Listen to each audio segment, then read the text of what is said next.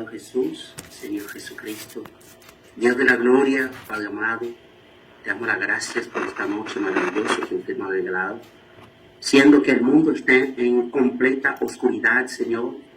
En esta noche, revélanos tu palabra, Señor, en cada corazón de cada ministro que se está hoy, que está uniendo alrededor de tu palabra, Señor Jesucristo. Dios de la gloria, ayúdanos cada día más, como lo ha hecho con los caminantes de Maús, abriendo su entendimiento para que ellos entiendan la palabra, Señor. Te damos las gracias, Señor, por cada vida, cada hermano de cada país, de cada ministerio que están ahí, Señor, en este lugar, en esta reunión virtual, Señor. Te pedimos, Señor, que abre nuestro entendimiento, Señor. Trae paz en nuestra vida, Señor. Como dice tu palabra en el Salmo 133, mira cuán bueno y cuán delicioso es habitar los hermanos juntos en armonía. Padre, trae armonía en medio nuestro. Trae paz en medio nuestro. Sobre todo, abre la palabra en el corazón de cada hermano, cada ministro que va oyendo, sea prudente, sabio, Señor. Dirige a nuestro hermano que va a llevar la palabra.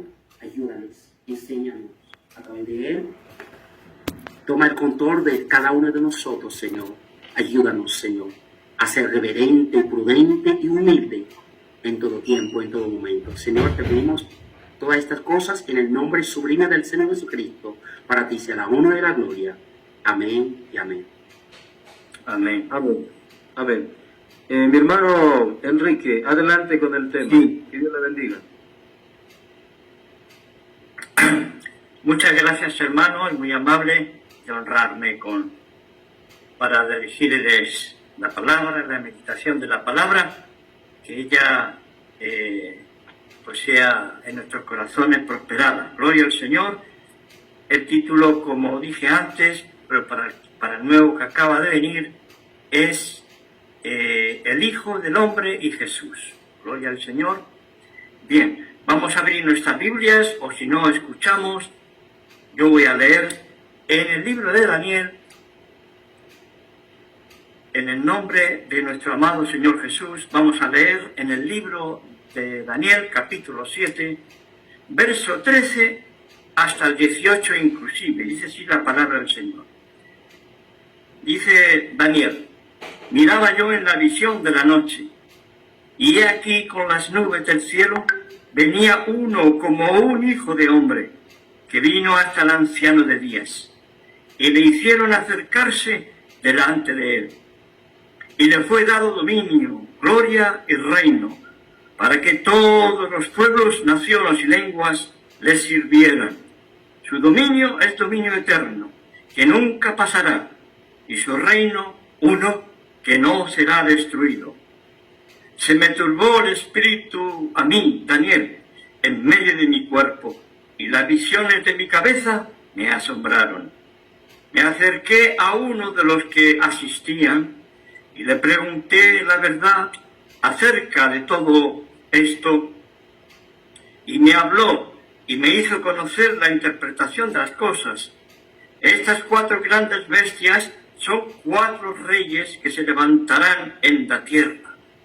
Después recibirán el reino los santos del Altísimo, y poseerán el reino hasta el siglo, eternamente y para siempre.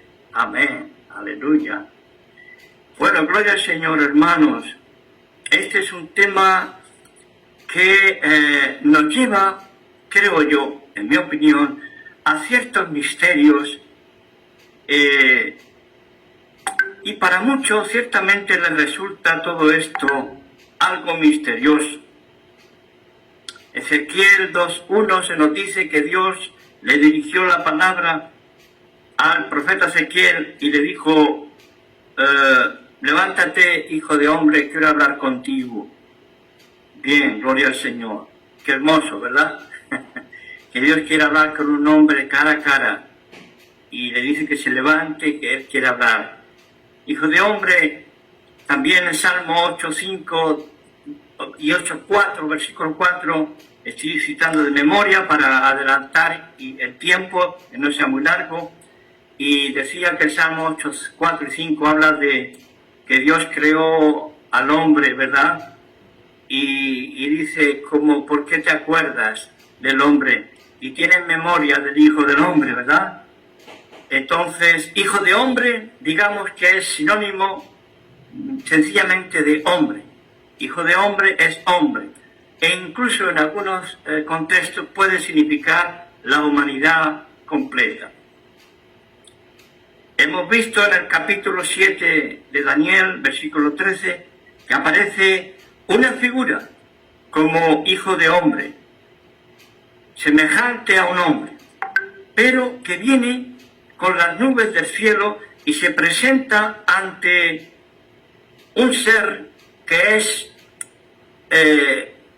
llamado el anciano de días. Es decir, creo yo en el contexto, está hablando de la deidad suprema, de Dios mismo, porque todo esto es simbólico.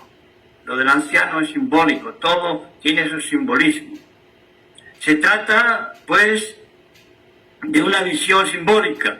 El profeta Daniel había visto, antes de esto, salir del abismo, una tras otra, 4 bestias salvajes que representaban 4 imperios paganos. Estas bestias iban a desaparecer y a continuación aparece esa figura de un hombre o como un hijo de hombre que representaba en sí mismo el reino de los santos del Altísimo.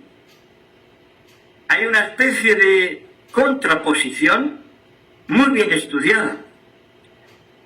Los imperios paganos, contrarios a Dios, están representados por esas bestias. El reino de los santos del Altísimo, reino de Dios, está representado por esa figura como de hombre.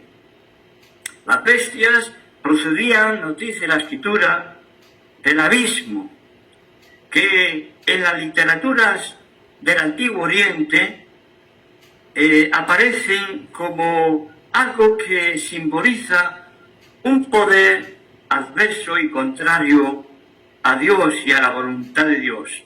En cambio, la figura del Hijo del Hombre, que viene en las nubes o con las nubes del cielo, tiene un origen celeste, celestial.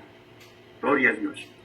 El reino de Dios, que era, digamos, ardientemente esperado por los judíos, ¿verdad?, especialmente en momentos de persecución por causa de reinos paganos muy perversos, vendría y se implantaría sobre la ruina de los imperios hostiles a Dios.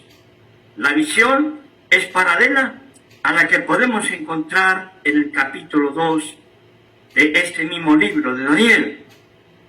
Ahí vemos una gran imagen, una estatua gigantesca, y aparece también una piedrecita que es lanzada a los pies de esa imagen grandísima, esa estatua que cae y se destruye en el suelo. Este tema, digamos, entiendo, hermanos y preciosos amigos, podría quizá llevarnos a confusión, y voy a explicar acerca de esta probable conclusión.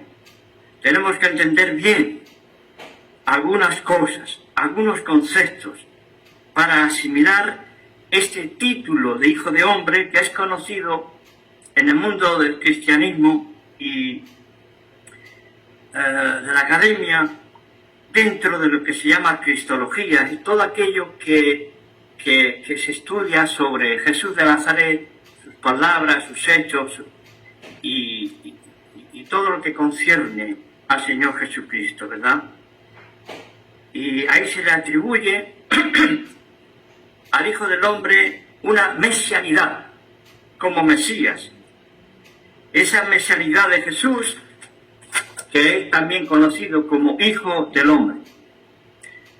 Estimados, el término Hijo del Hombre, a partir de Daniel, es asociado al mismo Mesías. En la historia de Israel, una vez que se escribe y el pueblo de Dios, llamado ya desde Babilonia, los judíos, los de Judea, que habían sobrevivido a tantas desgracias, pues entienden y leen al profeta Daniel, que está escrito en arameo, porque el hebreo se iba perdiendo, y ellos lo entendieron porque era el idioma materno, el arameo. Después de la época de Daniel, conocemos una serie de escritos, estimados.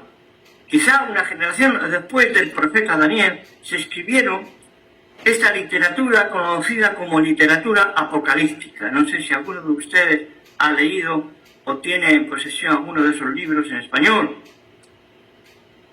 Se escribieron desde la época de Daniel, también en la época de Jesús se conocían, e incluso en los escritos del Nuevo Testamento tenemos citas concretas de estos libros, no considerados inspirados por Dios, pero que parece ser que contenían verdades ciertas de Dios.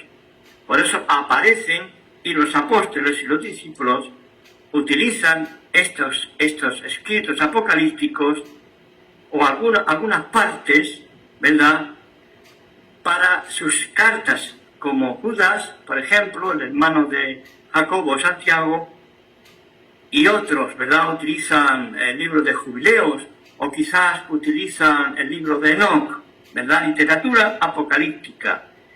Está expresada de una manera parecida a la Daniel o al Apocalipsis de Juan, en símbolos, visiones, imágenes, cosas así.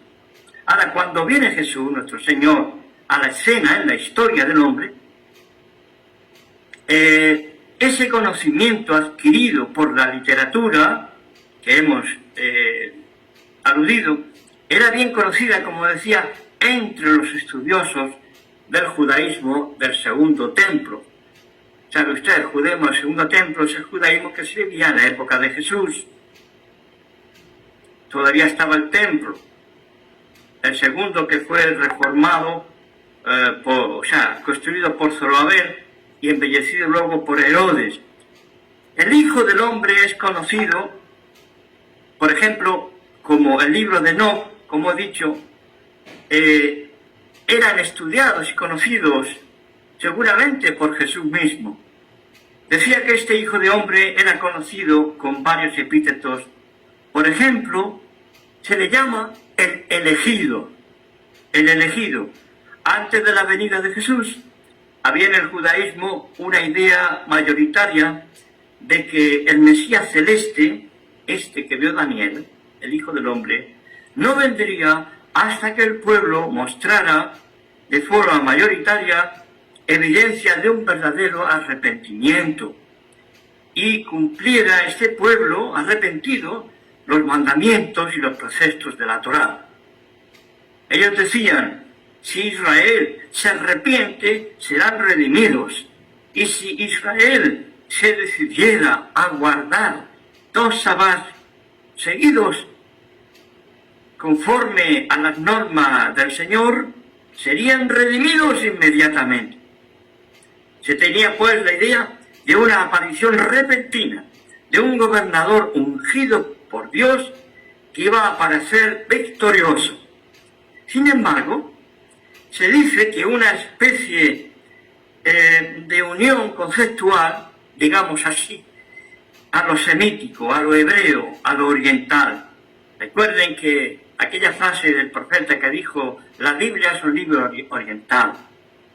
Toda la Biblia, tanto el Viejo Testamento como el Nuevo, gloria al Señor. Pero ellos añadiendo que este Mesías gobernante también habría de nacer como un niño en Belén. Es un concepto que parece que se contradice. Uno que viene de repente, con gloria de Dios, y viene como un guerrero para vencer e instaurar un reino. Pero al mismo tiempo vemos otro que nace como un niño en Betlehem de Judá.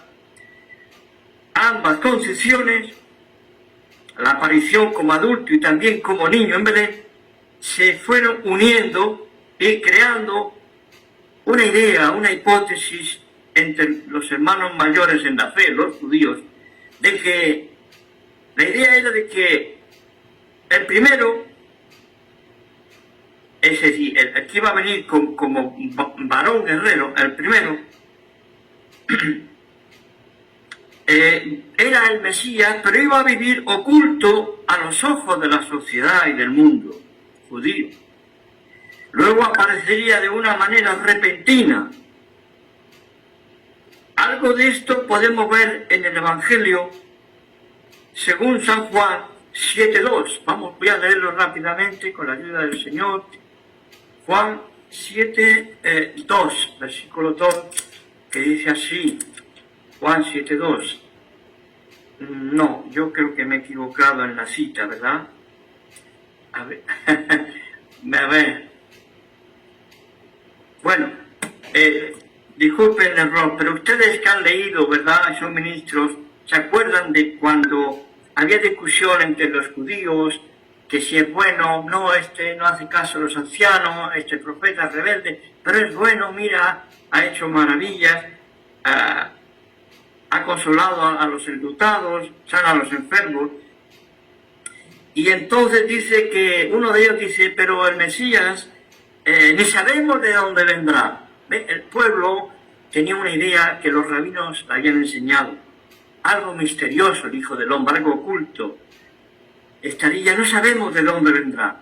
En cuanto a esa identidad propia del Hijo del Hombre, en arameo es Bar Nasá, y en hebreo es la voz Ben Adán, hijo de Adán, hijo del hombre, Bar Nasá, Ben Adán. Estaría pues oculto hasta que fuera identificado como ese vástago que iba a heredar el reino de su padre David, ¿verdad? Que iba a emerger de ese mundo subterráneo, decían en aquel tiempo, o del propio mar. Eso es lo que se dice en la literatura apocalíptica, entre otras literaturas. Siempre se identifica con un hombre, con alguien que iba a retornar del más allá, una figura que iba a ser entronizada en el trono de gloria del Señor o el Dios de los espíritus, ¿verdad?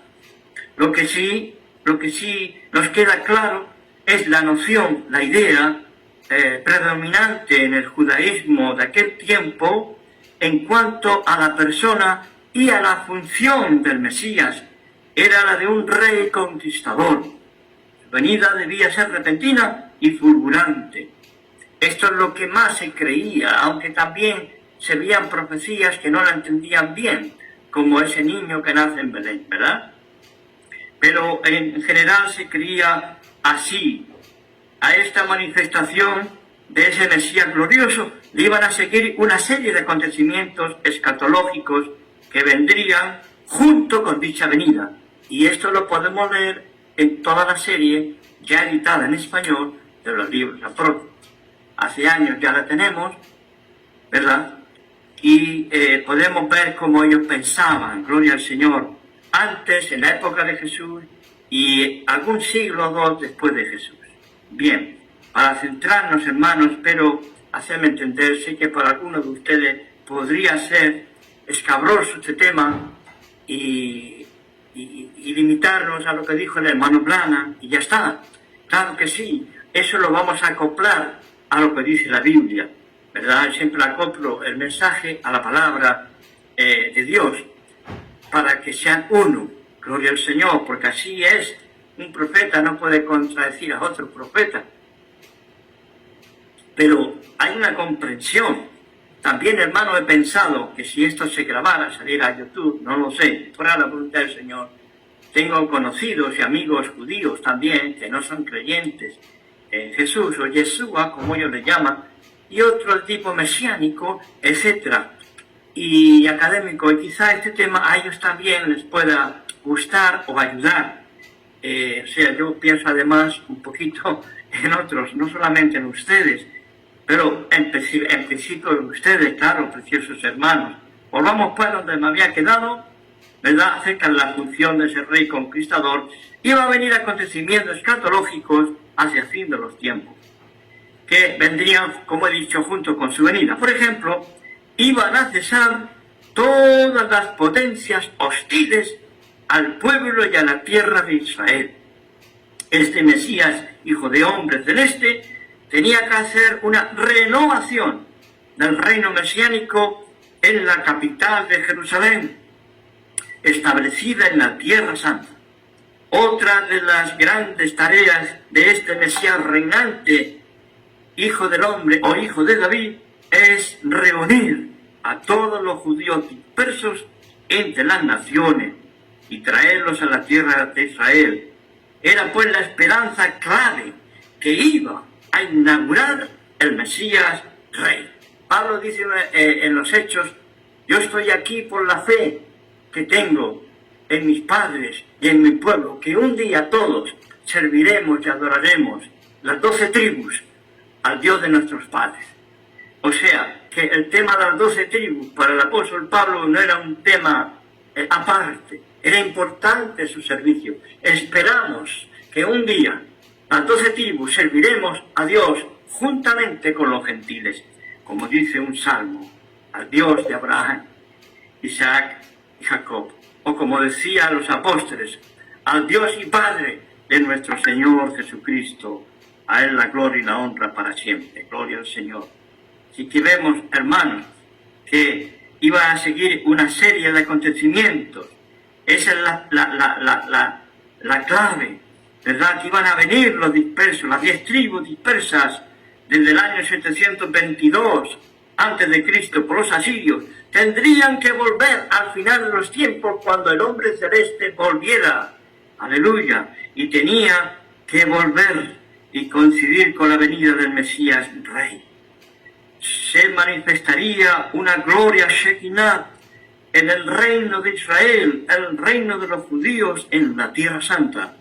La era mesiánica es descrita en esos libros apocalípticos como un tiempo de suma alegría y tiempo de gozo perdurables, indescriptibles. Aleluya. El Mesías mismo iba a morar, iba a vivir entre los hombres, y sobre ellos, los hombres, moraría el Señor de los espíritus. Iban a comer en alegría, mesa, con aquel Hijo del Hombre. Dice uno de esos libros que iban a comer junto con el Mesías, los hombres. Es hermoso, ¿verdad? No va muy lejos de lo que creemos, ciertamente. Entiendo yo, creo yo, hermanos, no equivocarme. Y dice que se acostarán y se levantarán para siempre jamás los habitantes de ese reino futuro. Se iban a terminar las guerras, las discordias, y reinaría la paz, la justicia, el amor y la fidelidad. Gloria a Dios. Incluso las fuerzas del mundo animal, bestial y la propia naturaleza van a mostrar docilidad. Los bestias van a ser dóciles, cual gatitos y perritos avanzados, ¿verdad? Iban a fructificar inusitados los almendros y los frutales, hasta entonces no conocido. Gloria al Señor. Hasta entonces. Habría pues una longevidad también entre los mortales. Gente viviría muchísimos cientos de años, gozando de mucha salud y vigor físico en la tierra. Las mujeres iban a dar a luz sin esfuerzos dolorosos, etcétera, etcétera. Este Mesías, hijo de hombre, haría que la renovación del mundo también sería posible. No solamente Israel, sino todo el mundo sería renovado y llamado a este gozo y a esta alegría. Se esperaba un cielo nuevo y una tierra nueva, basado especialmente en el libro de Isaías, capítulo 67. Y aunque no tenían todas las cosas claras, ciertamente en ese tiempo en que vivió Jesús, ellos tenían también esa expectativa, que con la venida del profeta Elías, Eliyahu, pues se iban a aclarar preguntas y confusiones que tenían en aquel tiempo. O sea, ellos decían, bueno, ya vendrá Eliyahu y nos ayudará a saber las preguntas, que no tenemos respuestas. Gloria al Señor, ¿verdad? Sabemos que gracias al testimonio de los 4 evangelios, que Jesús se refirió a sí mismo como el Hijo del Hombre, ¿verdad? 13 veces ese término lo encontramos en el Evangelio de Juan, que es un evangelio ciertamente distinto y es original en relación con los otros 3. A través de los siglos, la Iglesia, por desgracia, mezcló ideas litúrgicas y eclesiales, doctrinas, pero de origen griego y romano. Tuvieron problemas teológicos y filosóficos en relación al concepto de Hijo del Hombre. Estamos hablando del segundo, sobre todo mitad del segundo siglo, pero ya del segundo siglo se puede decir. Tercero y cuarto empezaron estas disputas y ellos prácticamente no les interesó el concepto del Hijo del Hombre, qué significaba. Les sabía a hebreo, a oriental, y no quería saber mucho con los temas judaicos. Aunque ciertamente, la verdad, las comunidades cristianas de origen judío, cristiano o judío-cristiano en Israel no tenían ese problema, porque el término Hijo del Hombre le era connatural a ellos. ¿Comprenden? Para ellos no le da problema. Incluso para los de Asia Menor, que tenía mucho de oriental, si te ibas a Alejandría, en Egipto también, los judíos creyentes en Jesús o Yeshua no tenían problemas con el concepto de Hijo del Hombre, porque ellos habían sido enseñados por mucho tiempo y también a través de estos libros y literaturas tenían cierta idea que en mi modo de ver, en términos generales, no se aleja mucho, más bien acierta en muchos aspectos a lo que los creyentes en el Nuevo Testamento afirmamos y esperamos. En mi opinión, humilde opinión. Gloria al Señor. Gloria al Señor. Bien. Poco a poco se irían adoptando posiciones teológicas en la Iglesia que muy pronto iban a eliminar esos elementos judíos tan valiosos como es el término Bar-Nasá o Ben Adán, Hijo del Hombre. Ese título cristológico no iba a aparecer nunca. Nunca iba a aparecer ese término en todas las confesiones históricas de la fe que hasta ahora conocemos. Y esto no es solo una opinión. Entiendo que se puede constatar, se puede verificar, se puede ver cuando uno lee todos los enunciados en la historia de la Iglesia o los credos de la Iglesia, ya sea iglesias antiguas o incluso modernas. Nunca aparece el título Hijo del Hombre. ¿Por qué? ¿Por qué? Buena pregunta, pero creo que ya estoy dando pistas, ¿verdad? Sin embargo, gloria a Dios, digo yo, sí se respetó ese título en los labios de Jesús. Los traductores, a través de los siglos, las copias, no se atrevieron a quitar ese término, ¿verdad? Tuvieron temor. Nadie se atrevió a eliminarlo de los escritos y de las copias griegas que tenemos del Nuevo Testamento.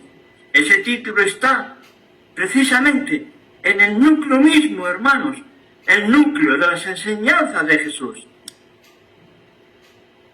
Y no es un invento de la Iglesia gentilizada, dominada por los no judíos creyentes, sobre todo a partir, como he dicho, de los siglos II y III después de Cristo. Ahora bien, tenemos que comprender dos cosas muy importantes, en mi modo de ver. ¿Para qué? Para asimilar esa terminología, esa forma de hablar de Hijo del Hombre. Jesús hace una especie, este es un palabra, hermano, pero usted puede buscarlo en el diccionario y comprender si es que no lo entiende. Pero yo trataré de explicarlo, que no soy gramático, pero me gusta la gramática española. Lo que utilizó Jesús se conoce como yuxtaposición inconexa. Yuxtaposición inconexa, válgame, ¿qué palabra? Se trata de que dos temas o dos ideas o conceptos los junta, pero no se terminan de unir del todo. Jesús te hablaba dos conceptos, por ejemplo, pero no los unía del todo, por algo. Eso se llama juxtaposición inconexa. No se conectan, ¿verdad? Bueno, dicho esta cuestión, ¿verdad? ¿Por qué digo esto? Vamos a lo que vamos. Bien, el concepto, por ejemplo, reino de Dios o reino de los cielos, es una manera para no tomar el nombre de Dios a la ligera, pues decían cielo, como la época de oro de los poetas españoles exclamaban, válgame el cielo, ¿verdad? Quiere decir, válgame Dios, me ayude Dios, ¿no? Para no repetir al término de Dios y hacerlo vano, pues se utilizaba el término cielo. El reino de los cielos, el reino de Dios, es un lema que causaba expectación respecto al futuro que venía. Un futuro que se sentía cercano y deseado con fervor por los fieles judíos del tiempo de Jesús. Pero el término hijo del hombre tiene un carácter secreto, oculto, ¿verdad? Eso se conoce como esotérico, es decir, con S, no con X, esotérico, oculto, ¿verdad? Misterioso.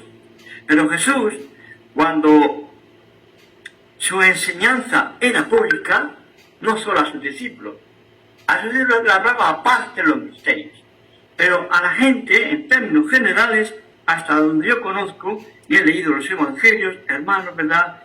Jesús tenía una manera de enseñar pública y utilizaba sobre todo el reino de Dios, es semejante a, el reino de Dios se ha acercado, el reino de Dios es como un hombre que se fue lejos, etcétera, etcétera, al pueblo general, ¿verdad? Con la simiente de las parábolas que Jesús no termina de terminarla, válgame la redundancia, parece que lo hace a propósito, ¿verdad?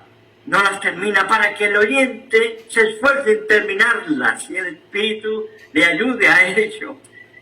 Así eran los maestros de aquel tiempo, gloria al Señor.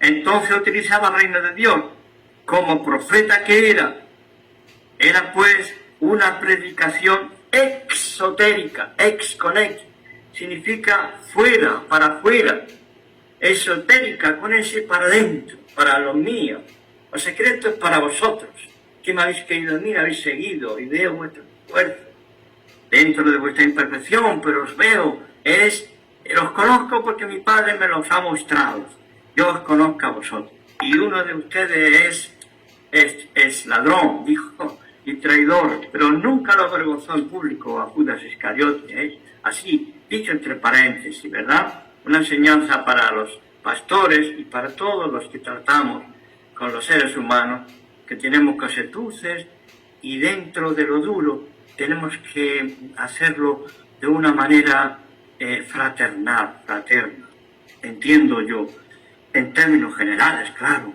gloria al Señor. Así que, como maestro con sus discípulos, utiliza la enseñanza esotérica para dentro del Hijo del Hombre. Él les habla del Hijo del Hombre. A los demás les enseña el reino de Dios, así tal, ¿no? Claro que también para sus discípulos, pero el secreto del Hijo del Hombre y de otros secretos, como es el trigo y la cizaña de la parábola, se los enseña a los discípulos íntimos. Gloria al Señor, gloria al Señor, gloria al Señor. Usando esa clave precisamente del reino de Dios, lo usa incluso con aquellos que eran adversarios, que no creían en él, como nos dice Lucas 17, 20, 21, ¿verdad? Pueden leerlo en casa, Lucas 17, 20 y 21, Jesús les habla del reino de Dios o de los cielos, a aquellos que no creen en él, pero de una manera que los confunde, gloria al Señor. Pero cuando, repito, hablaba con sus discípulos en intimidad, Jesús utiliza otra clave, y es hijo del hombre. Vamos a ver un ejemplo, que es lo mejor a la ley del testimonio. Lucas 17, por ejemplo, vamos a verlo, si no me equivoco, con las prisas que lo hice esta tarde, y me confundí de texto, ¿verdad? Lucas 17, 22 y 24. Vamos a ver. Dice así,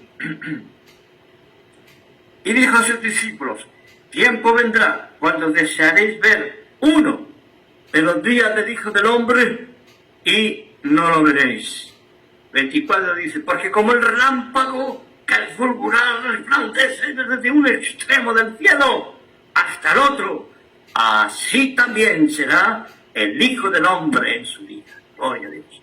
Queremos que utilice esa clave con sus discípulos y reine de Dios con los demás. El judaísmo de aquel tiempo tenía pues esa expectativa 100% nacionalista a la espera de un caudillo militar del linaje de David y de ese Bar-Nasá, Hijo del Hombre, que sería también luego luz a las naciones. Eso dicen los textos apócrifos de Apocalípticos. Dicen que sería luz a las naciones. Gloria al Señor. Algunos escritos que no son canónicos, aceptados como palabra de Dios, pero que tienen, como dije, alguna línea verdadera, como lo encontramos en el libro de Enoc etíope, que dice que el Hijo del Hombre será la esperanza, el Hijo del Hombre será la esperanza de los afligidos en su corazón. Hermoso, ¿verdad?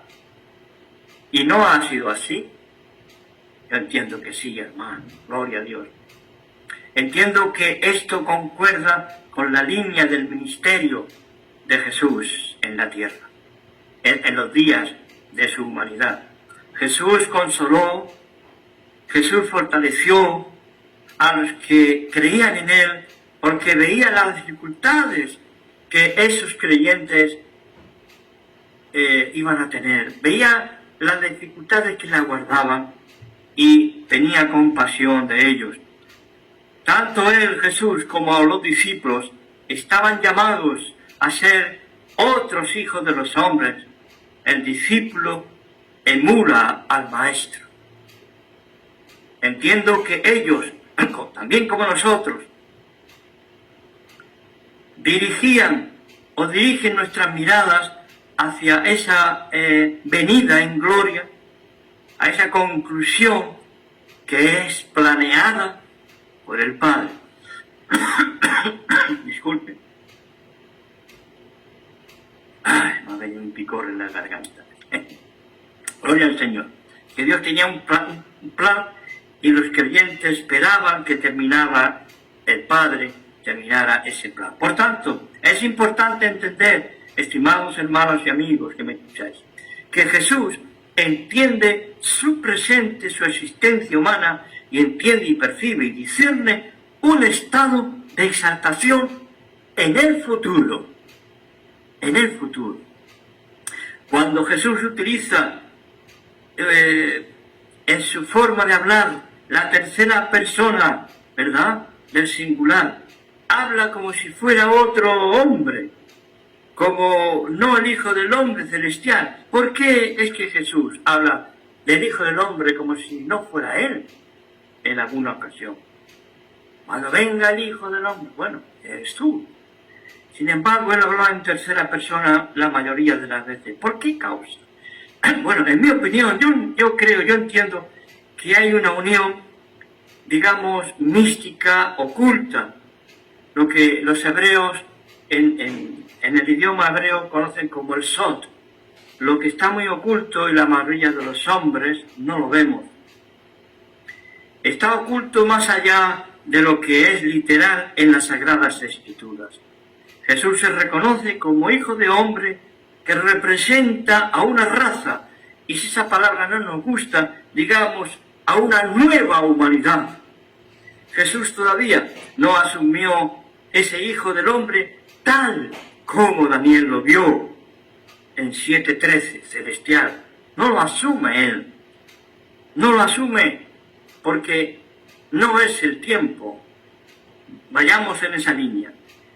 Nuestro Señor desecha de momento esa función de el Hijo del Hombre celestial que viene a recibir el reino, ¿verdad?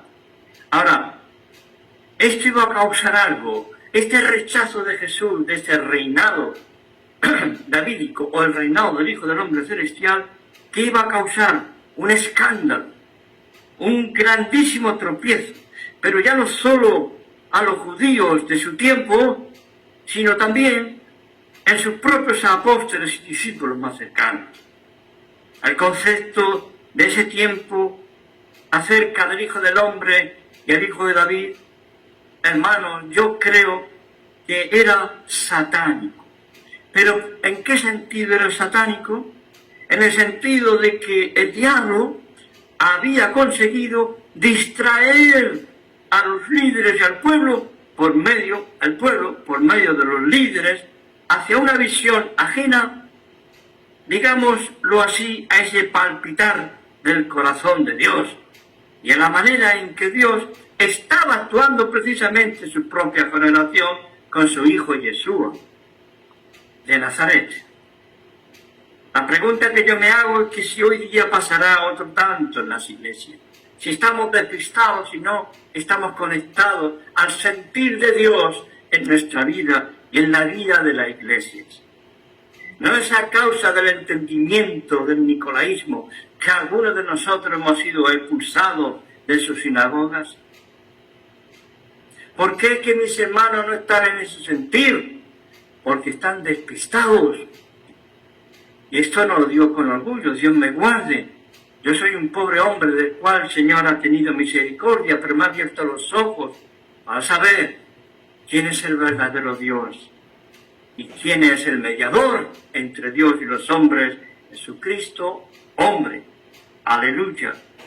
Habrá una gran desilusión quizás si no somos capaces, por su gracia, por su amor, de entender cómo es que Dios está obrando. Que Dios nos ayude y nos guarde, amados hermanos, es mi oración. Debemos pues entender que Jesús nos muestra un déficit de profecías que Él no cumple. No cumple el Señor Jesús cantidad de profecías. Ese déficit es un escándalo para el judaísmo de hoy día. Los cristianos tenemos que ser humildes para si queremos ganar a alguien de la judeidad, por ejemplo, o de otro lugar, ser humilde y reconocer que Jesús no vino para cumplir todas las profecías. Hay un déficit, hay un debe en el haber del Mesías Jesús de Nazaret. Sí, existen muchas profecías que jamás cumplió. De ahí ese escándalo para muchos de un Mesías muerto en una cruz romana, puesto que el Mesías, según se creía, tenía que vivir para siempre. También el Evangelio nos habla de que la gente decía, pero el Mesías nunca morirá. Gloria al Señor. Sigue siendo un escándalo actual para quien no comprende ese secreto santo de Jesús.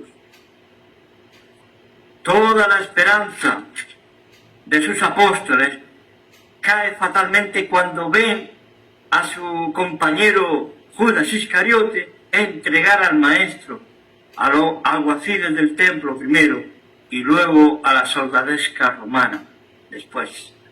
Ellos esperaban, como está escrito en Lucas, creo que 24.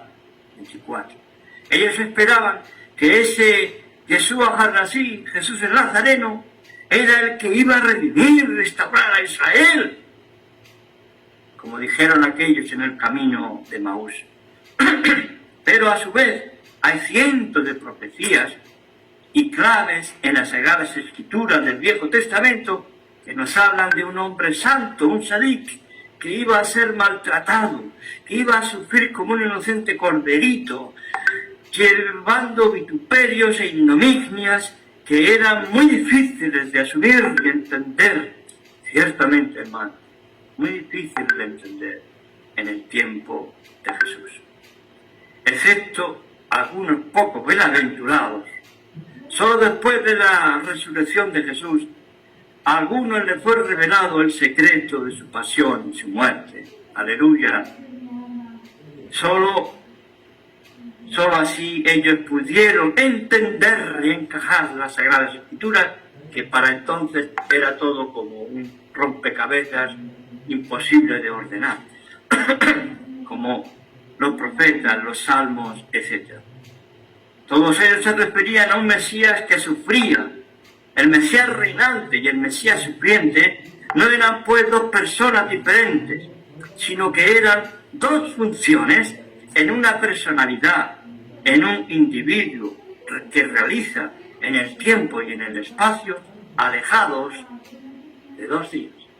Tiempos alejados de 2 días, es decir, en la profecía 2 días son 2000 años.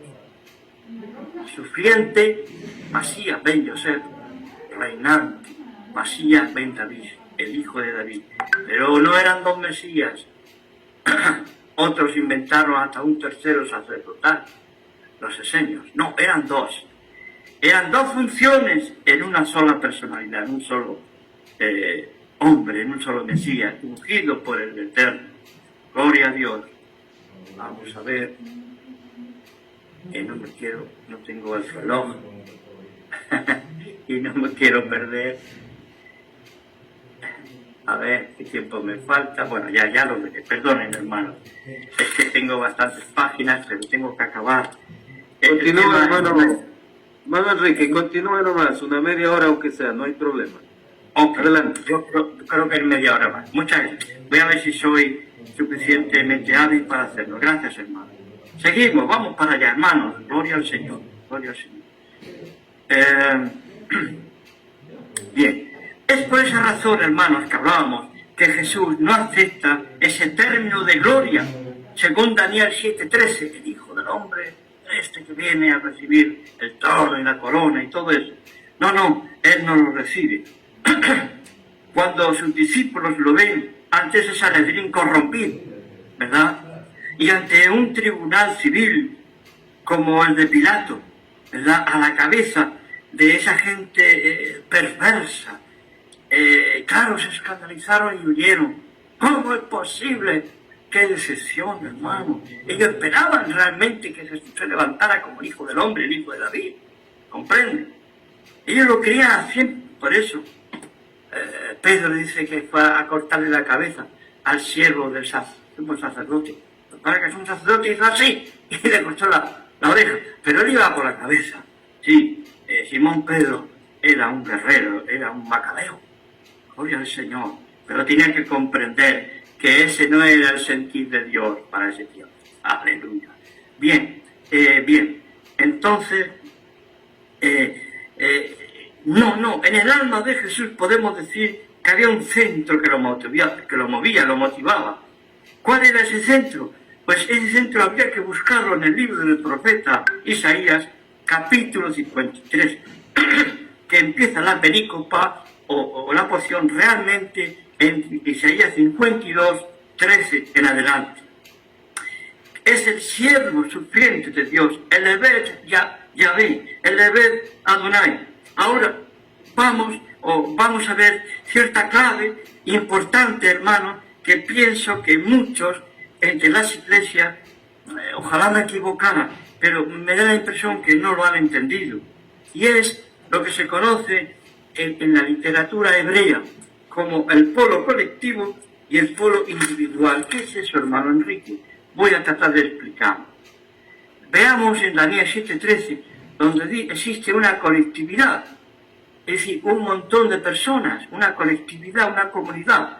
¿Quiénes son? Los santos del Altísimo. Santos es colectividad, no es un individuo, no es una individualidad, ¿correcto? Las bestias, en plural, también representan colectividades, es decir, naciones, imperios, pero no queda excluido necesariamente el sentido o el polo individual. ¿Por qué? Porque la mentalidad semítica o hebrea, incluso oriental, se da un sentido oscilante. Me explico. Ustedes han visto el péndulo de los relojes de pared, a esos antiguos, ¿verdad? Yo cuando era jovencito era relojero y me encantaba verlo y cómo mi jefe los reparaba, ¿no? Y pinta, ¿no? Iba para un lado, iba para otro, algunos más pequeños y otros más grandes, ¿verdad? Bien, pues ese es el sentido semítico de lo que estoy hablando. Como ese péndulo va hacia un sentido colectivo para allá y luego vuelve hacia el lado de un sentido individual, para allá, para acá, como ¿ve? Una manera dinámica y rítmica. Un ejemplo, la palabra descendencia, que puede ser un solo individuo, pero también puede ser una prole, una colectividad. Así un reino está representado por un soberano, un rey. Reino es una colectividad, hay mucha gente viviendo en ese reino, en ese país, pero hay un soberano, un solo y unos muchos, ¿veis? Por tanto, este sentido colectivo, individual, sin aparente tener una línea de separación, aparece bastante claro en el Nuevo Testamento, cuando el tema es Cristo Jesús. En ocasiones se presenta a un Cristo individuo, personal, es Jesús el Cristo, Jesucristo, pero en otras escrituras se presenta un cuerpo místico, como por ejemplo el cuerpo de Cristo. Y el cuerpo de Cristo no es Cristo solo, es una colectividad, somos todos nosotros, dice el apóstol Pablo, o sea, una colectividad, repito. Este es ese semitismo, hermano, ¿me hago entender? ¿Me entienden? En que está impregnada la Biblia. Por eso podemos ver los dos lados con la ayuda de Dios. Daniel 7, 13 al 18 se da la impresión de que esa figura del Hijo del Hombre es el pueblo de los santos. Cuando dice que recibirán el reino, ¿verdad? No obstante, es evidente que el verso 13 aparece que el reino le es dado a uno que figura como un hombre.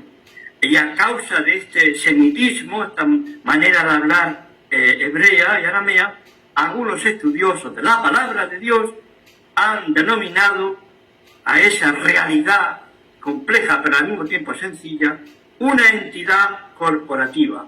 Es uno que nos incorpora, que nos representa.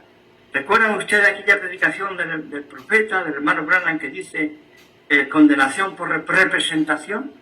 Pues hay una redención por representación de nuestro pariente redentor, ¿verdad? Él nos representa a la colectividad, pero al mismo tiempo se une a ella. Es uno, pero al mismo tiempo se une. Gloria al Señor, ¿verdad? Gloria a Dios. A ver, ¿dónde estaba? Gloria a Dios. Bien, a causa de esto es la actividad corporativa. La tribu es representada por un rey, hoy también por un sacerdote. Uno representa el rey a lo civil y otro, el sacerdote, representa a los hombres piadosos.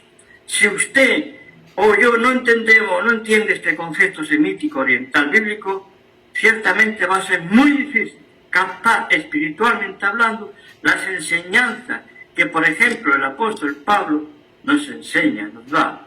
El ideal paulino de que uno abarca a lo mucho. Es ideal que uno abarca y representa a muchos. Este uno, que incluye a muchos, es la base en donde el apóstol elaboró ese primero y último Adán, ese primer y segundo hombre o humanidad. Por eso podemos, hermanos, entender la enseñanza del cuerpo de Cristo. Dice, no tenéis que discernir cuando juntáis a tomar el pan y el vino, lavar los pies, el cuerpo de Cristo, el cual somos todos nosotros.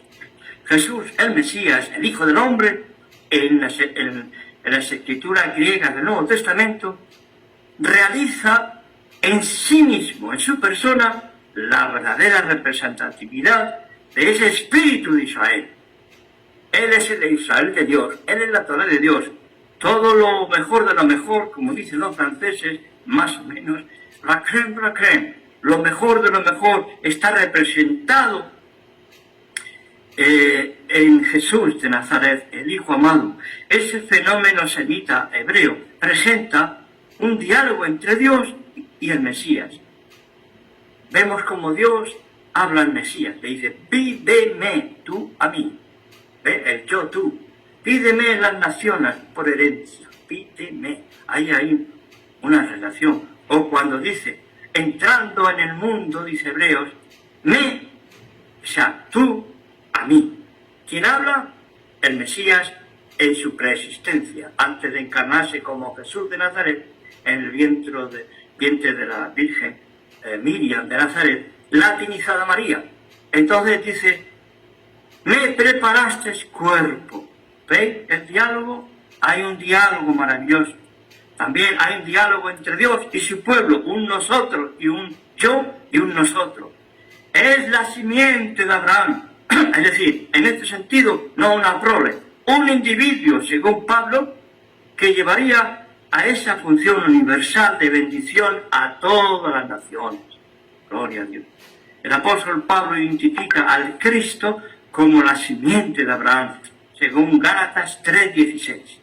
En Mateo 1:1 dice que Yeshua era hijo descendiente de Abraham, pero sabemos que Jesús también es el Señor de Abraham, algo similar a lo que se dice en el tiempo metafórico cuando se habla del hijo de David, que es también Señor de David. Si aplicamos la obra de Jesús a Daniel 7:13 y demás versículos siguientes, junto a Isaías 53, el siervo sufriente, Evet Yahvé, resulta, por lo menos para mí, evidente, hermanos, que esos santos del Altísimo que nos habla Daniel 7:18, a quienes se le va a entregar el reino eterno, son beneficiarios, hermanos, se benefician. ¿En base a qué? En base al Hijo del Hombre Celestial, que va a recorrer una vocación, hermano. El Hijo del Hombre, en este caso Jesús, tiene una vocación, y él lo vemos como va de arriba abajo primero, el Hijo del Hombre Celestial. Baja a la tierra, se hace siervo del Eterno, para después recibir como galardón lo que ya le era como derecho natural, por amor a Dios y por amor a sus hermanos los hombres que estaban escritos en el libro de la vida del Cordero. Por eso lo hace él, por eso se humilla. Ahora resulta que recorre un camino, pero al inverso. Él ahora es de abajo, de la tierra pecaminosa en que vivía y vivimos, hacia arriba, hacia un cielo santo, donde habita el Dios 3 veces santo, el Dios, su Padre. De ser el siervo sufriente y obediente de Dios, ahora a esa identidad del Hijo del Hombre Celeste, que recibe el reino del Eterno, el anciano de días. Yo entiendo que ese juego de palabras que hace Jesús con Nicodemo, cuando dice el Hijo del Hombre que está en el cielo, ¿verdad? Algunas versiones no ponen el Hijo del Hombre, que está en el cielo, no lo ponen. Estaba en el original, no estaba, yo no lo sé, hermano. Pero si aceptamos nuestra Reina Valera, que dice que está en el cielo, cuando Jesús estaba allí, yo no creo que está hablando de su omnipresencia, porque él se había rebajado de ese atributo de gloria externo de Dios. Ahora él dependía totalmente de su Padre como un hombre. Por eso no entiendo esto así. Jesús creo que es entronizado o entronado en la esfera de la eternidad como Hijo del Hombre y Señor de los hombres. ¿Hasta cuándo? Hasta el cumplimiento de todas las cosas, en que Él mismo, Jesús, como el Hijo del Hombre, el reinante, dará al Padre el reino. Y Dios será todo en todos. Y ya para terminar, Hebreos 2, 11, 13 dice aquí, está hablando Jesús, el escritor de Hebreos, está hablando de Jesús, mejor sacerdote, mejor todo, ¿verdad? Y él dice, le pone en las palabras del salmista y también de Jacob, su antepasado, se las pone en los labios de Jesús, la carta a los Hebreos 2, 11 al 13, y dice, he aquí, yo, y los hijos que Dios me dio. Jesucristo puede decir también, y lo dirá cuando se termine toda esta historia, que he aquí yo y los hijos que Dios me dio. Ciertamente, Él se sujetará como hijo subordinado al Padre, según 1 Corintios 15, del 24 al 28, entregará todo al Padre, para que entonces, después del milenio y entrando la nueva era de la eternidad, digámoslo así, Dios sea todo en todos. Efesios 4:6 también dice, hace semejante, y 1 Corintios 8:6 también lo dice.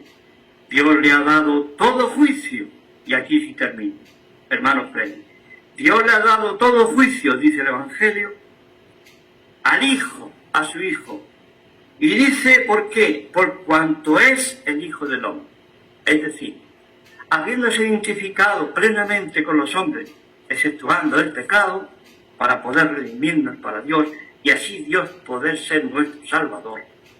Porque para la salvación había que dar antes el pago de esa salvación, y es la redención. Es decir, vida por vida le pediste, dice el Salmo. Vida por vida, ojo por ojo, diente por diente. Hacía falta la vida del Hijo de Dios en santidad para redimir a los que estábamos esclavos del pecado. Aleluya.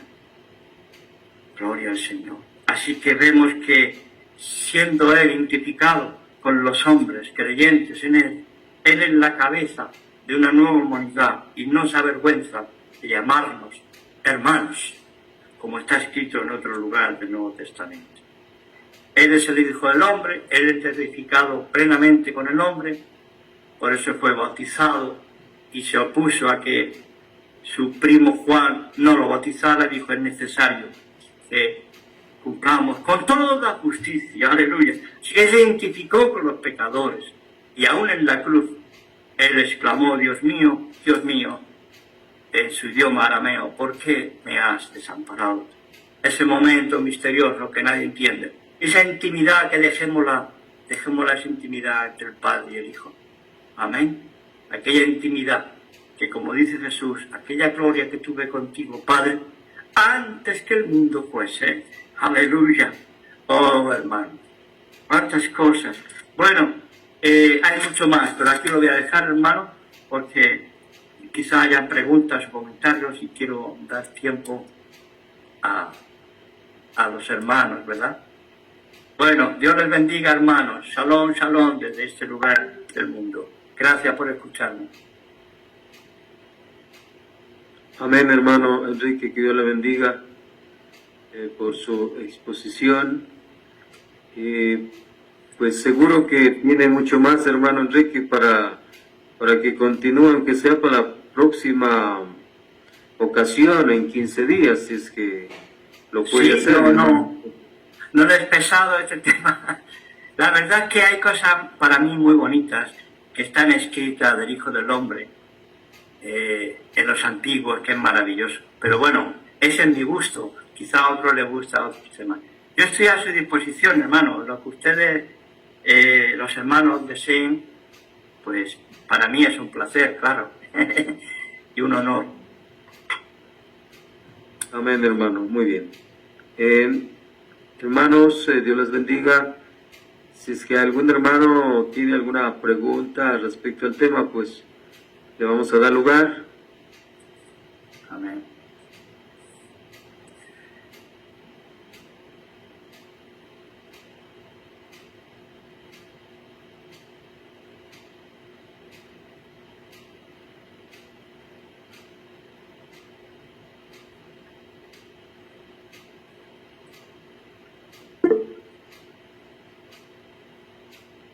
Hermano Oscar, Dios le bendiga.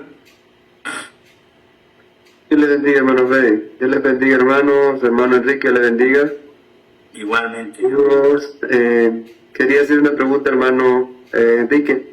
Solo una pequeña pregunta que escuché cuando estaba hablando de que dijo usted Enoc, el etiopiano. ¿Eso así dijo o que escuché mal? Etíope, porque es que se descubrió en Etiopía, está escrito en la lengua de los de Etíope, en Etiopía, en África. Y allí se descubrió ese Enoc, aunque se han descubierto escritos en otros idiomas, antiguos, muy antiguos, ¿verdad? Hay uno en hebreo, pero el más usado y el más completo, cuando decimos libro de Enoc o primero de Enoc, es ese libro que se encontró en Etiopía. Está escrito en etíope, no sé exactamente cómo se dice. No sé si te respondo, hermano querido.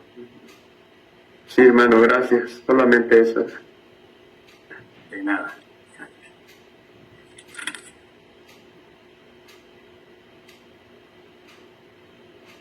¿Alguien más, hermanos? ¿Alguna pregunta?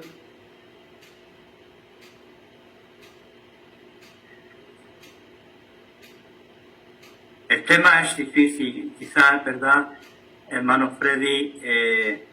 No sé si algunos hermanos, pues claro, a lo mejor, no quiero yo decirte que yo, como yo. Quiero decir que son temas que a lo mejor no se han visto desde este prisma, ¿no? ¿Verdad? Sé que hijo de hombre, Dios le llamaba a los profetas, o por al menos a algunos, si no a todos, hijo de hombre. Entiendo yo que es un término de cercanía, de amistad, y al mismo tiempo para que el profeta, que es un hombre pecador, al fin y al cabo, como todos, redimido por la gracia, como todos, fuera consciente que a ese profeta y a ese Dios hay algo como que a los hombres nos separa, fundamentalmente. Y para mí lo que nos separa es la santidad de Dios. Es decir, hijo de hombre, te estoy hablando, mira quién te habla, mira quién te mira, ¿no? Entonces eso tiene que repercutir en Ezequiel y en todos los profetas que son apelados como hijos de hombre o hijos de la humanidad, hombres, en este caso varón, porque también está, en hebreo no existe marido y mujer, y eso existe hombre y mujer, ish y shah, ¿no?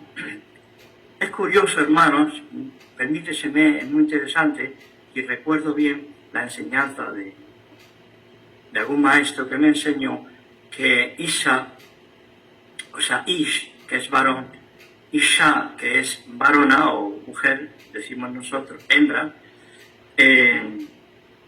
si usted le quita una letra a cada uno de los dos, que le quita una letra, ahora mismo no sé cuál es, no tengo por mis estudios, pero entiéndame, Ish, usted le quita una letra de Ish, Isha, varona o hembra, mujer, le quita una letra a ese nombre, y sabe usted que aparece sin esa letra, tanto en el hombre como en la mujer, aparece una palabra hebrea que significa fuego.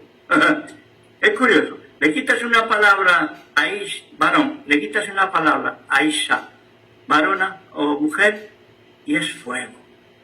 Porque esa palabra es una palabra que está en el tetragramatón, que está en Isha. Entonces, si tú la quitas, hay fuego de discordias, no hay unidad verdadera. Bueno, es solamente como le llaman midrash, ¿no?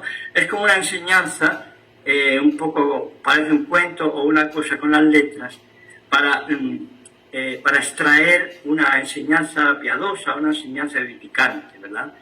Si en nosotros no estamos en comunión con Dios, el varón, o la varona, mi esposa, o mi esposo, pues tenemos peligro de que se vaya encendiendo un fuego extraño, que pueda hacernos daños, por el Señor. Pero cuando estamos en comunión, cuando Dios, sus letras, su ser, está en nosotros y con nosotros y en nosotros, pues entonces se convierte en lo que decían mis abuelos, que yo no sé dónde lo sacaron, pero creo que es verdad. Mis abuelos y mis padres me lo decían. Dios no le dijo a Eva, hay quien esto escucha, no, perdón, dice que Dios le dijo a Adán, escucha Adán, no te he formado una esclava, sino una compañera, que la cuides y la ames. Ya los abuelos sabían lo que decían, ¿no le parece, Freddy? Bueno, me he enrollado como unas persianas. Creo que eso es propio de mi edad. Y bueno, si alguno tiene alguna pregunta, adelante. Yo estoy dispuesto para poder colaborar. Pero sí, es un poco, esta visión un poco así, no contraria, ni mucho menos a la que la hermano Branham, porque tengo más estudios donde realmente vamos en la línea de la hermano Branham, pero no quiero darlo porque sería muy, muy grande. Quizás en otra ocasión, si Dios lo permite, ustedes lo desean, pues vamos a hablar de otra perspectiva, quizás más enriquecedora en cuanto a textos bíblicos, ¿verdad? Bueno, hasta ahí he hablado. Gracias, hermano. Amén, hermano Enrique. Sí, los hermanos parece que no tienen preguntas.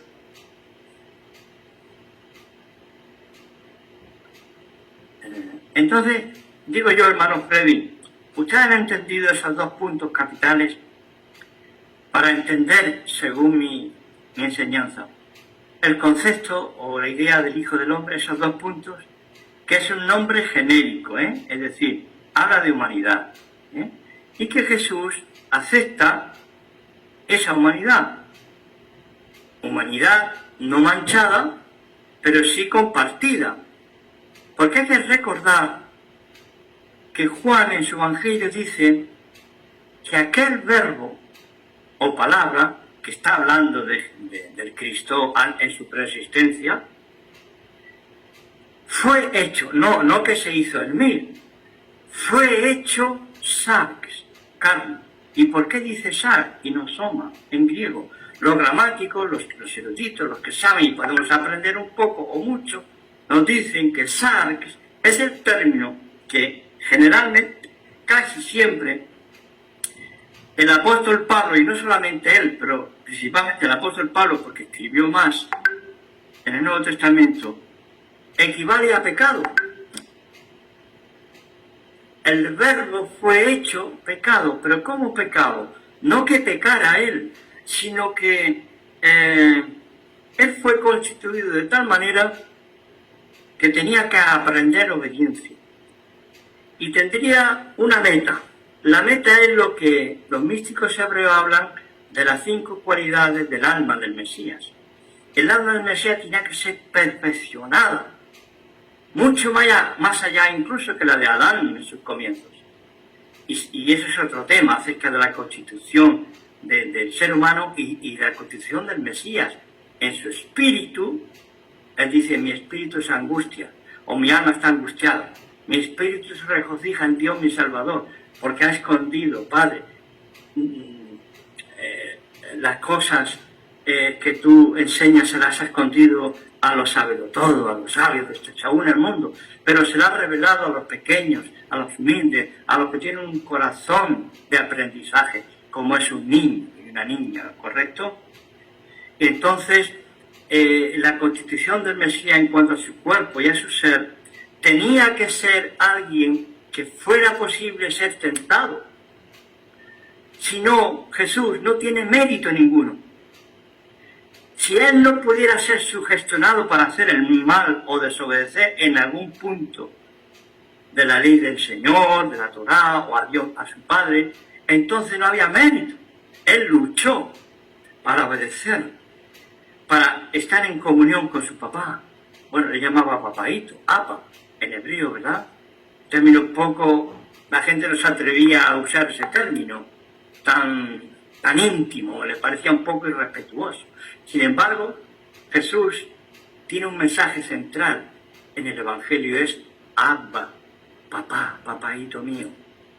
Entonces, ese espíritu que estaba en Jesús de hijo ha sido trasladado por el Ruach HaKodesh, por el Santo Espíritu Divino, a los que se nos ha dado ese espíritu para que exclamemos Abba, Padre. Gloria a Dios. Y entonces, claro, hay que comprender que Él se hizo en todo lo posible, pero no pecó en el pecado. Claro que su cuerpo tiene que ser algo distinto porque no fue por el sexo, correcto. Ahí yo me pierdo un poco, pero lo acepto, lo asumo y no tengo ningún problema. ¿verdad? Pero al mismo tiempo veo en las Escrituras que él fue constituido de forma sarx, y eso es pecado, es decir, que él tuvo que luchar con esas tendencias, la buena y la mala, y venció. Ese es el testimonio apostólico, que él venció, gloria a Dios, hasta el fin, hasta su muerte, y muerte vergonzosa, como es de un crucificado, gloria al Señor. Así que, hermanos, ese es un punto muy importante, ¿verdad? Entonces, él es constituido nuestra cabeza representativa ante la deidad, ante el Eterno, cuando estaban los días de su carne. ¿Y ahora qué? Ahora que es un ser humano glorificado, porque él no ha perdido su humanidad, pero está glorificada, entonces, ¿qué hace ahora? Sumo sacerdote, Melquisedec, que no es de padre a hijo, de hijo a, ¿entiendes? Sino que es elección directa de Dios, es por predestinación, que nosotros somos melquisedianos, ¿verdad? Sumo sacerdote en el tabernáculo celestial que está allí, en aquel cielo donde habita Dios, digámoslo, y aquellos testigos, etcétera, aquellos querubines. Y otro significado simbólico, quiero que recuerden, hermanos, es el que recibe el reino de Dios. Allí se recibe el reino de Dios. En los días en que Jesús estaba en su debilidad y él podía ser tentado, no se identificó él con la función de hijo celestial, hijo del hombre celeste. Este es el segundo punto que recalco para que ustedes me entiendan a mí. Es posible que no lleguemos a un acuerdo, pero al menos que me entiendan lo que quiero decir, que yo sea capaz de explicarme, seguramente. Así que él no se identificó con el hombre celestial de Daniel 7:13, sino con Isaías 53. Así que Jesús lo que ahora está esperando es recibir de Dios, su Padre, el trono en la tierra, aunque ya ha sido entronizado en el cielo, pero sus santos todavía no lo han coronado para que sea rey de los humanos en la tierra, el Señor del universo. En fin, hasta aquí, hermanos, antes de los puntos matizarlo, ¿verdad? Ya ha pasado la 1:30. Sí, hermano. El hermano Samuel alzó la mano. Dios le bendiga. Sí, Dios le bendiga, hermano. Hermano Enrique, Dios le bendiga, hermano. Gracias. Bueno, espero pues la pregunta que va a hacer espero pues formularla bien. Antes de hacer la pregunta, recordando las palabras del hermano Branham, porque al hermano Branham le hicieron la pregunta si es que era el hijo del hombre, y el profeta dijo, no, yo solamente soy un hijo de un hombre. Amén. Entonces, la pregunta es, ¿se podría decir que este hijo de hombre se humanizó o se encarnó en el ministerio de William Branham? ¿O cómo sería esa parte ahí? Gracias, hermano. Pues, hermano Samuel, yo no sé la respuesta completa, de ser sincero. Le puedo dar algo de lo que yo sé, pero seguramente es una parte de algo mucho más profundo, ¿no? Y no es por esforzarnos a ser humildes, es que tenemos que ser humildes, nos conviene. Porque si yo no sé algo en profundidad, digo, no lo sé. Lo que yo entiendo, hermano, y seguramente aquí hay ministros más duchos que yo en el mensaje y en la palabra, que pueden responder, así me gustaría que ellos compartieran, para así enriquecernos, gloria a Dios, que no sea solo yo el que dé las respuestas. Hermano Samuel, yo entiendo que en el ministerio del hermano William Branham se dio algo muy especial, que no se había dado en la historia de la humanidad, excepto en algunas ocasiones. Es la señal del Mesías, aquella señal que aquel hombre, entre comillas, con sus dos compañeros, visitó a su amigo Abraham allí en el territorio de Manré, ¿verdad? Debajo de unos árboles o en la tienda, a la puerta de la tienda. Hay un dicho que dice que Abraham era tan gentil, tan amable, que él tenía las 4 puertas de su tienda abiertas para que viniera quien quiera a preguntar o a charlar con él. Eso es una leyenda, no hay que creerlo. Bueno, hermanos, retomando el tema, se dio en Jesús la señal del Mesías, ¿no? Bueno, eso lo sabemos con la mujer samaritana, con Simón Pedro, Natanael, etc. Pero en el hermano Abraham se dio muchísimas veces, cientos, no sé si miles seguramente, esta señal del Mesías, y algunas veces se puso de espaldas a la multitud que predicaba, ¿verdad?, o a la asamblea, y les decía a las personas lo que sentían, lo que estaban sintiendo, o lo que estaban pidiendo. A veces eran peticiones increíbles de aceptar, no, según la matemática, imposible, ¿no? Y entonces, digamos que era tal unción en este hermano sencillo y querido, que realmente era el Hijo del Hombre en su función profética y mesiánica.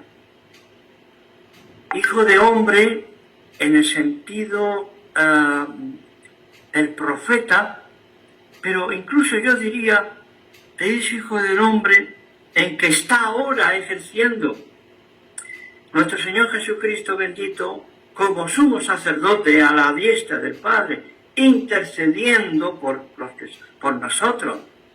O sea, por su muerte decimos que somos redimidos y salvos. Amén. Y yo digo, ¿y qué no por su vida? Porque ahora Él vive. Él vive con pasión para nosotros. ¿Cuánto más no seremos salvos y guardados del día de la oscuridad que ha de venir sobre este mundo y del valle de la muerte? ¿Cuánto más no seremos librados y guardados por la mano del buen pastor que su vida dio por las ovejas? Entonces yo no conociera a Dios en su mayor plenitud si no conociera a Cristo. Yo no conocería ciertos aspectos del Evangelio y del poder de Dios si no fuera por su siervo, el hermano William Branham. Y con esto quería decir solamente una cosa. El nombre de Elías es Eliyahu. Bueno, la voz, no se escribe así, pero la voz que oímos en hebreo es Eliyahu. Es, para que sepa un poco hebreo, es la letra Pa con un puntito, que lo hace U. La letra Pa es una V nuestra, no una W como algunos piensan, es una V española. O sea, como se dice usted, una B corta, ¿no dicen ustedes? Pues nosotros decimos V, ¿no? Una B corta. Pero si le pones un punto en ciertas palabras, a ese palito de la va, que es casi un palito, se convierte en U. Por eso esa V se convierte en U, es Eliyahu. Pero me llevé la sorpresa hace unos años, cuando estudiando algunos estudiosos hebreos y tal, que me gusta, no que yo sepa mucho, pero soy estudiante y me gusta aprender de esas cosas. Y entonces supe algo que el que escribía, que es un judío rabino creyente en Yeshua, ni se dio cuenta. Y yo digo que sea mal, pero hermano, resulta que Malaquías 4:5 dice, he aquí yo os envío a Elías, ¿no? Pero en hebreo tendría que decir, he aquí yo os envío a Eliyahu, porque es su nombre, es el nombre del profeta, ¿no? En la Biblia, pero no lo escriben así. Me eché la mano a la cabeza cuando no vi, lo vi en hebreo y no vi la va. Digo, falta la va con la punto que su. Y entonces se pronuncia Eliyah. Le falta la U. Eliyah. No Eliyahu. ¿Por qué dice os envío Eliyah? Porque ese Eliyah no es Eliyahu. No es Elías el Tisbita. Tenía razón el hermano Branham cuando entraba en las profundidades del Espíritu Santo y de las visiones y de las revelaciones del Señor y entendió que Elías viene solo, mientras el Elías de la Biblia, el Elías de Tisbita, ¿verdad? El contemporáneo del rey Acab, viene con Moisés acompañado para testimoniar a los 144.000. Digo esto, hermano, porque es tan grande que yo no lo comprendo todo. Yo sé que era tan real, entiendo yo, por lo poco que sé, que era tan real que realmente no era muchas veces el hermano Branham en sus cuerdas vocales. Por eso se empeñaba en decirle a sus pacientes, como él decía, tan amigablemente, ¿verdad? Decía, ¿cuál es el próximo paciente? Y cuando decía, dice, escuche lo que le digo, porque no soy yo, usted me escucha a mí, pero no seré yo. Lo que le diga, hágalo, yo no sé qué es. ¿Ve? Es tal, se entregó tanto al Señor, que era el Hijo del Hombre en él. Sin embargo, él, como ser humano, no era Cristo, claro, no era el Hijo del Hombre. He aquí la línea que algunos, tristemente, infantilmente, por desgracia, caen en la idolatría hacia el hermano Branham, en mi modo de ver. Aunque tengan un corazón precioso y sean buena gente, que yo no los condeno, ni los critico, pero hierran, hermano, hierran las Escrituras y enseñan mal, es mi opinión. Y si hay algún hermano, yo siempre le digo hermano Ángel, porque para mí es como un padre espiritual, pero hay otros hermanos, hermano Freddy, en fin, cualquiera puede, por favor, añadir algo o decir algo mejor que lo que yo he dicho. No sé si le he respondido algo, hermano Samuel. Sí, mi hermano. Sí, Dios le bendiga, mi hermano. Amén. Sí, muy bueno, hermano Enrique, la parte ahí de Eliau y Elia y Eliaú, qué bueno esa parte, ¿eh? Sí, es que el profeta de Dios no era por tanto estudio, sino por revelación, pero también confirma usted, hermano, esa verdad, ¿ah? Qué buena. Sí, hermano Freddy, Dios utiliza un burro si hace falta. Ya lo vemos como frenó la locura de un hombre que tenía un don profético auténtico, pero en su corazón amaba el dinero y la popularidad, Balaam, ¿no? Entonces, vemos a profetas que eran boyeros, que eran del campo, pero también vemos profetas que estaban en la alta sociedad, como puede ser Daniel. Daniel era un hijo, era príncipe, fue llevado cautivo junto con otros, Sadrach, Mesach y Abednego, y ellos comían aparte, etc. Y vemos a Daniel que era más sabio humanamente hablando que los magos, que los sabios de su tiempo. Sabía acacio, sabía persa, sabía babilónico, sabía hebreo, sabía arameo. Sin embargo, era tan humilde el hermano Daniel. Por eso dice Dios, eres muy amado, Daniel. Porque él supo dejar esas cosas cuando se acercaba a Dios. Y abría 3 veces al día la ventana para adorar a su Dios humildemente. Siendo el visir, siendo el primer ministro de 2 imperios. Entonces no todos eran humildes según el mundo. Ahí nosotros nos pasamos un poco a un lado. Dios también tenía sacerdotes. Y ese sacerdote sabía leer hebreo, sabía estudiar las Escrituras. El pueblo muchas veces no sabía, algunos leer, no sabían interpretar, pero Jeremías era sacerdote, era un hombre culto, un hombre de idiomas, un hombre instruido, y estaba haciendo su servicio, y a los 25 o 27 años, no me acuerdo muy bien, los consagraban según su orden sacerdotal, como ya podían ejercer el sacerdocio levítico, Jeremías. Sin embargo, tenía como 21 años cuando el Señor lo llama y le dice, déjate el servicio de sacerdote, que yo te voy a poner como profeta de Israel y de muchas naciones. Y él dijo, no, si yo soy niño, no. Sabéis la historia, pero vemos un hombre culto, instruido, ¿ves? Y así podíamos ver a muchos, y ver a otros muy sencillos humanamente. Entonces, no nos vayamos a un extremo, que no lo digo con usted, hermano Freddy, pero lo digo porque lo digo. No nos vayamos a un extremo en cuasi bendecimos la ignorancia, o vamos a otro extremo donde cuasi o casi bendecimos que ser erudito es imprescindible. Lo que sí somos todos discípulos, y discípulo es lo mismo que estudiante. El inglés es estudiante. Entonces, hermano, en este caso, el hermano Branham le plació a Dios, y yo creo que Dios sabe lo que hace, y entiende mejor que nadie, escoger a un vaso muy humilde, no tonto, porque el hermano Branham leyó y estudió mucho. En una ocasión, para explicar Daniel y la visita de Gabriel a Daniel, se llenó su casa de libros de la biblioteca de su ciudad o una ciudad cercana, y lo llenó todo el coche juntamente con su hija para estudiar los calendarios hebreos, calendarios babilónicos. ¡Qué locura!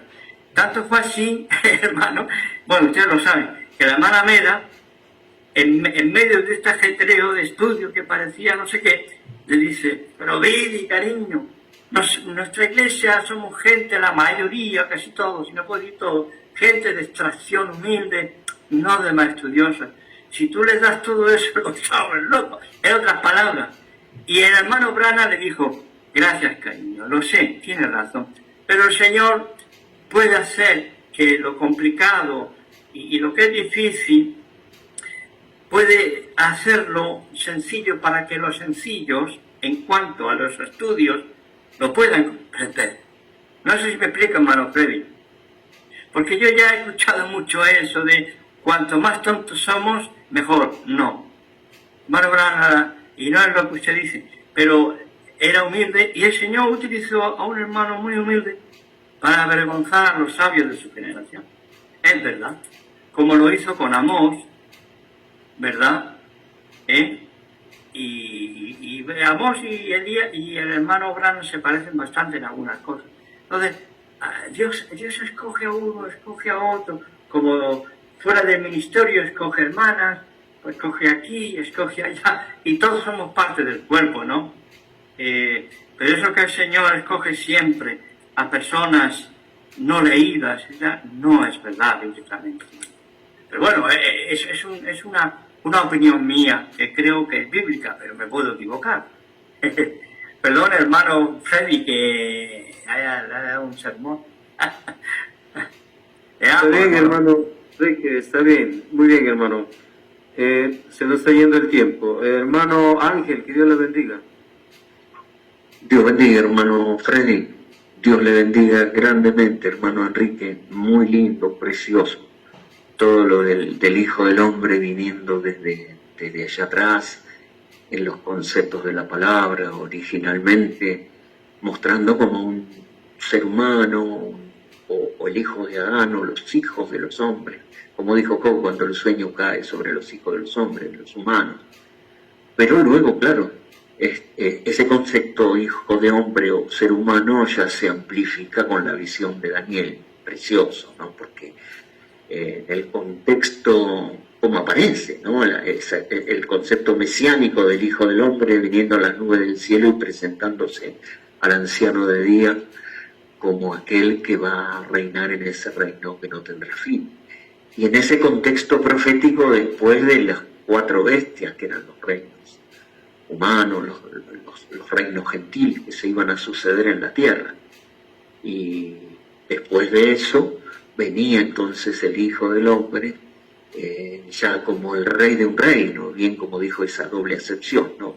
Individual y colectiva, como el rey de un reino, pero a la vez también como hijo de hombre, como un ser humano cabeza de una nueva raza, como el segundo Adán, como dijo Pablo, ¿no? En representación para redimirnos y para introducirnos y hacernos parte de esta nueva raza, de esta nueva humanidad, de ese reino que no tendrá fin. Entonces ya el concepto hijo de hombre se potencia a la enésima potencia en esa profecía de Daniel.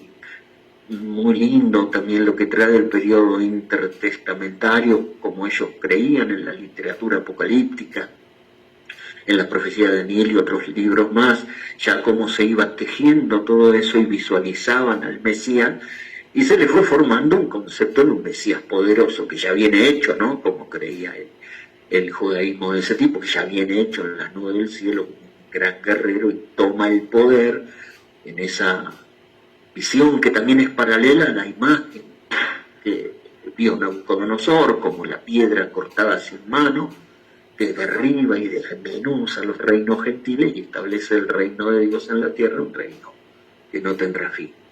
Entonces, claro, lógicamente, hijo de hombre ya para ese tiempo, el tiempo intertestamentario, ya acercándonos a los días de Jesús, hijo de hombre ya no era solo ser humano común cuando el sueño cae sobre los hijos del hombre, o que es el hijo del hombre, para que te acuerdes de él y tengas de memoria el ser humano común, sino que ya está, digamos, potenciado porque el Mesías sería un ser humano no común, sino viniendo a las nubes del cielo como el Mesías y el rey de un reino. Llegado a los tiempos de Jesús, claro, cuando cada vez que el Señor mencionaba hijo del hombre, hasta sus propios discípulos, el hijo del hombre será entregado, el hijo del hombre padecerá, el hijo del hombre llega el tiempo cuando el hijo del hombre será levantado, y eso dijeron, ¿quién es este hijo del hombre? Y tremendamente en Mateo 26, en el Sanedrín, cuando es llevado Jesús, el sumo sacerdote, harto ya finalmente del silencio de Jesús, les dijo, te conjuro por el Dios viviente, que nos digas si tú eres el Cristo, el Hijo del bendito, si tú eres el Cristo, el Hijo de Dios. Y Jesús responde y dice, tú lo has dicho, y de ahora en adelante, tiempo futuro, verán al Hijo del Hombre sentado a la diestra del poder de Dios y viniendo en las nubes del cielo. Suficiente, dijo el sumo sacerdote, rasgó sus vestiduras y dijo, no tenemos necesidad de testigo, ha blasfemado. Y todos dijeron, es verdad, es reo de muerte, porque había usado el título del Hijo del Hombre y encima lo había puesto a la diestra del poder de Dios y viniendo del cielo. Bueno, como que se identificó y declaró ante todos que era el Mesías. Tú lo has dicho, el Cristo, el Hijo de Dios. Sentado a la diestra del poder de Dios, lo verán, porque por supuesto tiempo futuro, porque en la primera venida venía como cordero, como Isaías, el siervo sufriente de Isaías 53, y luego sí, vendría como león. Pero claro, el mezclar las dos venidas del Mesías era mucho para ese tiempo y era un gran tropiezo la palabra hijo de hombre. Así que precioso, hermano Enrique, como lo trajo. Y bueno, y por supuesto, luego en el Nuevo Testamento la palabra hijo de hombre, el Señor Jesús la utiliza muchísimo. Y claro, como decía el hermano Samuel, sería muy bueno que el hermano Enrique pudiera continuar para seguir, así como hizo con la pluralidad de ancianos, traerlo desde atrás, venir luego al Nuevo Testamento y bueno, y desembocar al final en el mensaje de la hora. Porque como dijo el hermano Samuel, que hace la pregunta, que quizás esté en los corazones de los hermanos, el tema hijo de hombre o el vocablo hijo de hombre en el mensaje es uno de las expresiones centrales, porque así como Malaquías 4:5 y Apocalipsis 10:7 son las escrituras base que representan al mensaje del hermano Branham, también Zacarías 14:7, la luz del atardecer, y Lucas 17:30, los días del horno, cuando el Hijo del Hombre será manifestado o será revelado, lo utilizó cientos y cientos de veces el hermano Branham, y cuando llega al final en Apocalipsis él va a explicarlo y va a explicar sobre el Hijo del Hombre, los días de Jesús, luego como sigue como sumo sacerdote intercediendo por nosotros a la diestra del poder de Dios y como hijo de Dios, como sacerdote, y luego en el milenio ya viniendo como hijo de David, rey de reyes y señor de señores. Pero dice, hay un breve interregno en el tiempo de su segunda venida, en el tiempo de la aclamación, donde el Hijo del Hombre será nuevamente revelado, y eso también se va al tiempo de los dos testigos, esa media semana que queda mesiánica, el Hijo del Hombre en los dos testigos. Ahora, revelado o manifestado o dado a conocer. Ahora, esta parte que es Lucas 17:30 y en el mensaje el Hijo del Hombre es muy, muchísimo, son cientos y cientos de citas que el hermano Branham ha hablado acerca de Lucas 17:30 y la identificación con su ministerio, así como fue en los días de Lot, en el tiempo de Abraham, discerniendo los pensamientos de Sara y la manifestación en los últimos días como la señal del Hijo del Hombre. Ahora, después sí él va a explicar también en el mensaje, sobre todo en Apocalipsis, en el libro de las edades, en la revelación, y en sus últimos mensajes va a hacer mucho énfasis en el vocablo Hijo de Hombre en los últimos días.